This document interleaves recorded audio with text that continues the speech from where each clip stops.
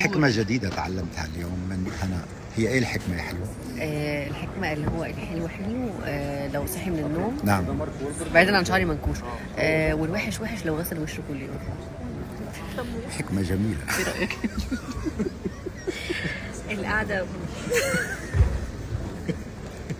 بيوقعوا في بعض ولا ايه؟ بتوقعهم في بعض صح؟ وقعوا قبيلة دول.